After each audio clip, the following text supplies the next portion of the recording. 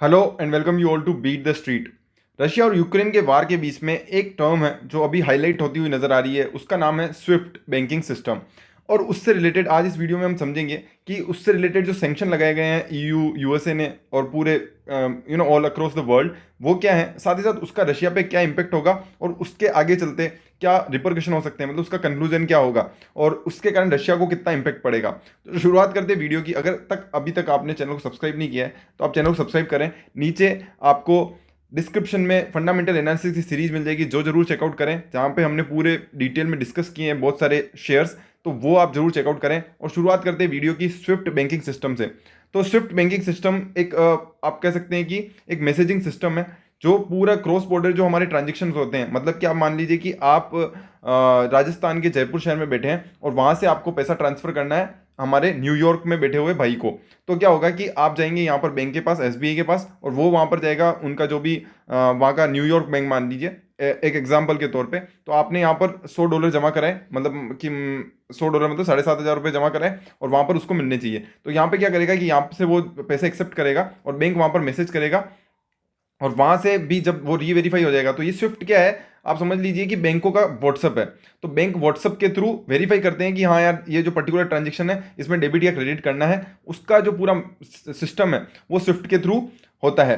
तो ये पूरा जो है सिस्टम वो यहाँ पर कंप्लीटली आपको डिफाइंड कर दिया है मैंने। तो ये बना था 1973 में और अभी इससे 11,000 बैंक और 200 कंट्री जुड़ी हुई है। तो ये सबसे बड़ा, दुनिया का सबसे बड़ा और सबसे सिक्योर सिस्टम है, जिसमें 40 मिलियन मैसेज, मतलब करीबन 4 करोड़ मैसेज रोज इधर उधर सेंड किए जाते हैं, और ट्रिलियन ऑफ डॉलर्स और ट्रांजेक्शन जो गवर्नमेंट के हो, फाइनेंशियल इंस्टीट्यूशन के हो, एक ही सिस्टम के थ्रू किए जाता है। तो पूरे अक्रॉस द वर्ल्ड अगर हम बात करें तो ये एक ऐसा सिस्टम है जिसने पूरे सारे बैंक्स को, सारी जो कंट्रीज है उसको इंटरकनेक्टेड किया हुआ है फाइनेंशियली। और इसके कहीं अभी दूसरी कंट्रीज हैं जैसे कि रशिया है, उन्होंने भी इसका इस तरह का सिस्टम बनाने की कोशिश की, बट वो कोई भी इतने सक्सेसफुल नहीं हो पाए जितना कि स्विफ्ट सिस्टम है। तो स्विफ्ट सिस्टम को कंट्रोल कौन करता है? तो कंट्रोल करने के लिए यहाँ पर है G10 central banks. G10 central banks मतलब, एक तो बेल्जियम ने इसको बनाया है, तो बेल्जियम का जो बैंक है नेशनल बैंक ऑफ बेल्जियम, वो इसका लीड ओवरसीयर है, मतलब कि वो जो लीडर है। और इसके अलावा जो 10 बैंक्स हैं, 10 कंट्रीज हैं, बेल्जियम हो गई, कनाडा हो गई, फ्रांस,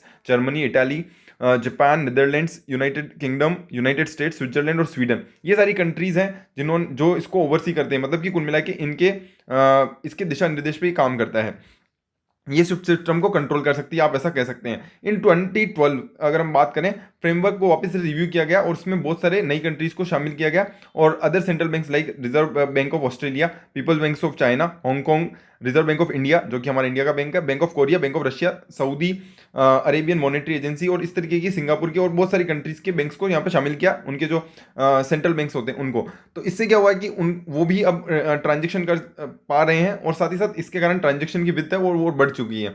अब रशिया पे जो सेंक्शन हुआ है वो किससे रिलेटेड है वो समझते हैं। तो आई थिंक अभी तक स्विफ्ट सिस्टम आपके लिए क्लियर हो चुका है। अब आ जाते हैं कि रशिया पे जो सेंक्शन लगाया गया है वो क्या है। तो रशिया का मेन मेन अगर आप देखेंगे इंपोर्ट एक्सपोर्ट क्या करता है, तो रशिया एक्सपोर्ट करता है यूरोपियन यूनियन को ऑयल एंड गैस, और उनका मेजर एक्सपोर्ट होता है मिलिट्री इक्विपमेंट्स, जो इंडिया के से साथ उनका काम चलता है, और ऑयल एंड गैस को यूरोपियन यूनियन और यूरोप की बहुत सारी कंट्रीज हैं उनको वो उनके साथ बिजनेस होता है। तो अभी क्या है, यूके और यूएसए ने ये ठान लिया है कि अब इन पे सेंक्शन लगाना है ताकि ये जो हिंसा कर रहे हैं, जो वायलेंस कर रहे हैं, वो रोकी जा सके। तो उन्होंने कहा है कि हम एक फाइनेंशियली ट्रांजेक्शन को अगर हम रोक देंगे तो कहीं ना कहीं रशिया को लगेगा कि यार इससे पीछे जाना चाहिए। और उनका मानना है कि यार अगर आप पूरे इंटरनेट से आजकल कनेक्टेड हो और आपके सारे पेमेंट्स हैं, अगर वो एनर्जी से रिलेटेड पेमेंट्स हैं और ये जो दूसरे पेमेंट्स हैं वो अगर रोक दिए जाएं, तो कहीं ना कहीं इसका बहुत बड़ा इंपैक्ट रशिया की इकोनॉमी पे पड़ेगा। और ये सब पहले भी दूसरी कंट्रीज के साथ भी किया है, तो वहां पर बहुत बड़ी नुकसान होता है। तो अब स्विफ्ट को अगर हम यहाँ पर रोक लगाएंगे तो कहीं ना कहीं ये जो पूरा जो मामला चल रहा है तो ये रुक जाएगा।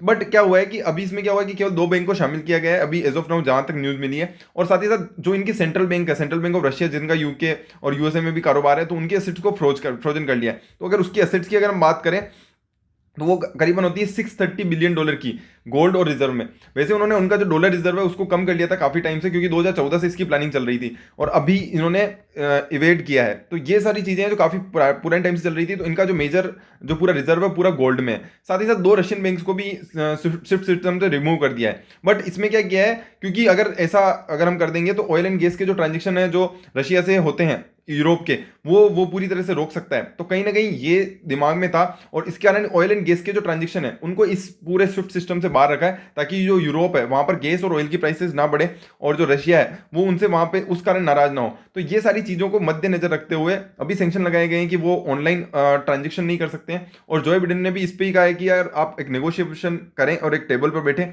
तो वो चीजें सोल्व हो पाएगी।